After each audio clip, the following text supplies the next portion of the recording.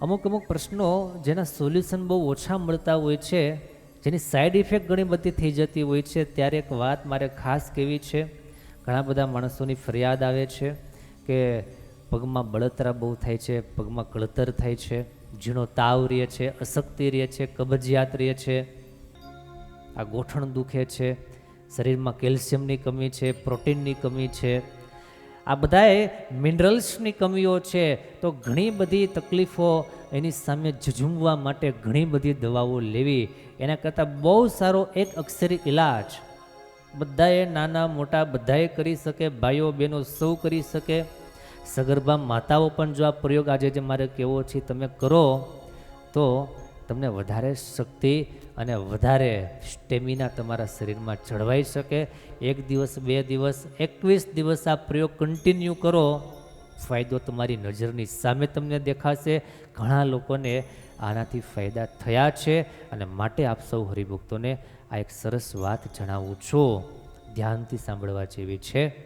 એ બહુ સરસ નાનકડી વાત, બધાથી થઈ શકે, ગરીબ હોય, તવંગર હોય, કોઈના ખિસ્સાને ભારે ન પડે એવો પ્રયોગ મારે તમને કહેવો છે, જરા ધ્યાનથી સાંભળો.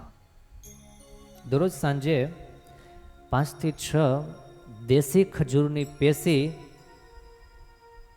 બરાબર સાફ કરી અંદરથી ઠળીઓ કાઢી બરાબર જોવું, એમાં જીવાત વગેરે તો નથી, કારણ કે ખજૂરમાં જીવાત વગેરે બહુ જોવા મળે, એમાં ઈડ હોય છે, એમાં જીવાત હોય છે, માટે બરાબર જોવો.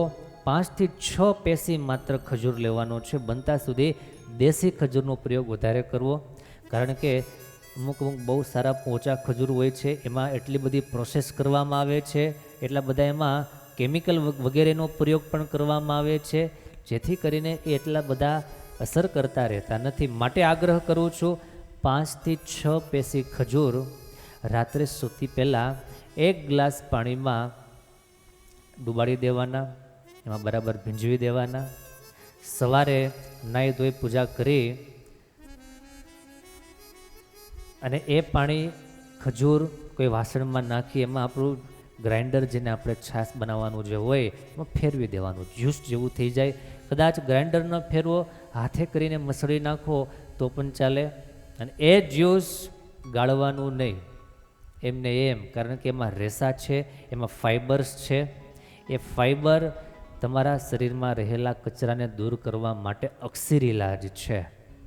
બહુ આ સારી મેડિસિન છે, આ બહુ સારી રેસીપી છે, માટે કરવા જેવો પ્રયોગ છે. સવારે સ્નાન કરી પૂજાપાઠ કરી અને એ જ્યુસ સરસ તૈયાર કરી, એમાં કોઈ વસ્તુ નાખવાની જરૂર નથી, ખાંડ નાખવાની નથી, એમાં મીઠું નાખવા નથી, કોઈ બીજા કાંઈ એમાં નાખવાની કોઈ જરૂર, એકદમ નેચરલ વેમાં, નેચરલ ટેસ્ટમાં ભગવાનને ધરાવી અને એ તમે જો પી જાઓ તો ફાયદો બહુ મોટો થાય.